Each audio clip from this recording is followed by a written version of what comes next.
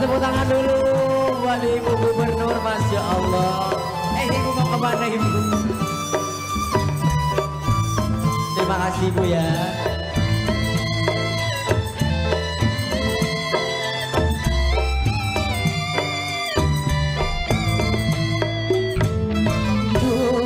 Ibumu dikabulkan Tuhan dan kutukannya jadi kenyataan.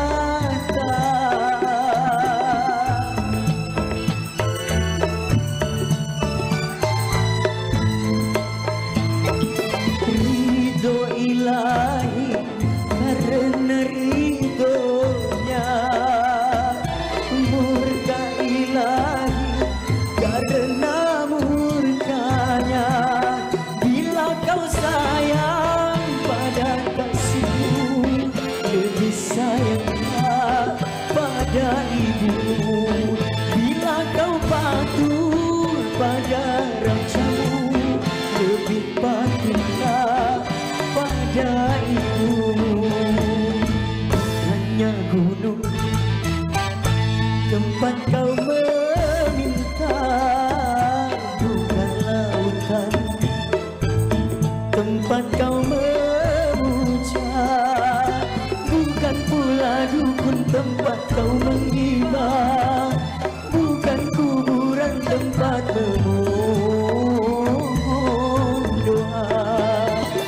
Tiada keramat yang ampuh di dunia selain dari doa ibu jual. Mana tangannya diangkat semuanya, kertasnya diangkat semuanya.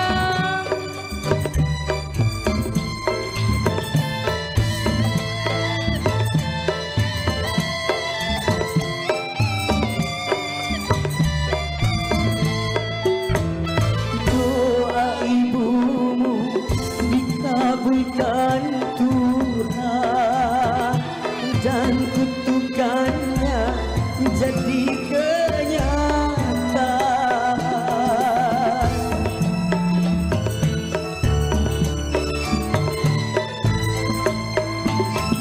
Ridho ilahi karena ridhonya, murka ilahi karena murkanya.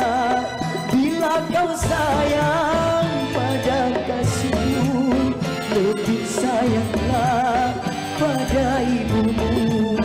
Bila kau patuh pada rajamu, lebih patuhlah pada ibumu. Bukannya gunung tempat kau meminta, bukan lautan tempat kau memuja, bukan pula dukun tempat kau menghibah, bukan kuburan tempat memohon doa. Tiada keramat yang ampuh di dunia selain dari doa ibu jual. Terima kasih, matur sekalangkong.